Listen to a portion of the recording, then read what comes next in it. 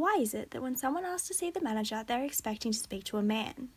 Have you ever wondered why pack animals follow one leader? Why do some people try to avoid conflict while others seek it out? Well, all of these questions can be addressed through the study of testosterone and dominance.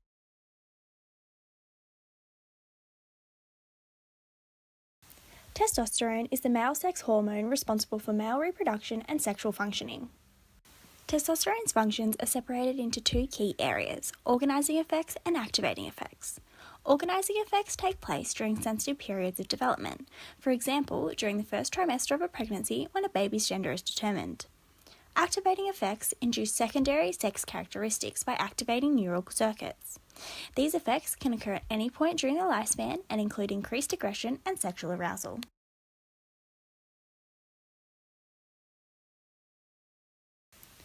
Dominance is the characteristic of asserting control, power, and influence over others.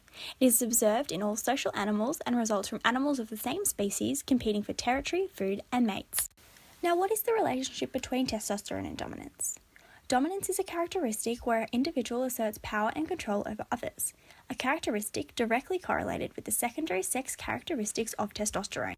Sedanius and Prato's social dominance theory emphasizes the maintenance and stability of group-based social hierarchies through three key behaviors.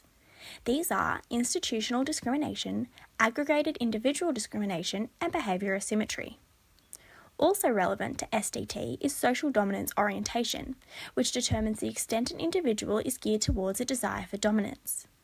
Individuals with high SDOs are usually male, suggesting that testosterone heightens the desire for dominance.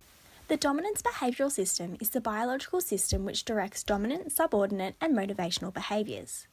Studies of the DBS show that testosterone can be used to predict dominance ratings among adolescents and extreme dominance behaviours in violent criminals.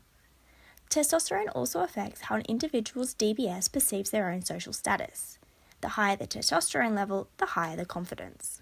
Testosterone is not the only chemical factor influencing dominance. Studies show that the positive correlation between testosterone and dominance only occurs in individuals with low levels of cortisol.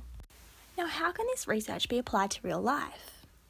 Well, research into testosterone and dominance provides a biological reason for various psychological conditions, and further research may allow testosterone to be used as a treatment for such disorders. Assessing an individual's testosterone levels could also be used as a predictor of criminal behaviour. However, this would only be able to be used as a predictor and not a diagnostic tool. In summary, testosterone is the sex hormone responsible for male reproduction and sexual functioning. Dominance is a characteristic whereby an individual seeks power and control over others. Both psychological and physiological research agree that a relationship exists between the two. Testosterone is associated with aggression and desire for power, two factors leading to dominant behaviours, and testosterone levels are shown to directly affect an individual's behavioural characteristics.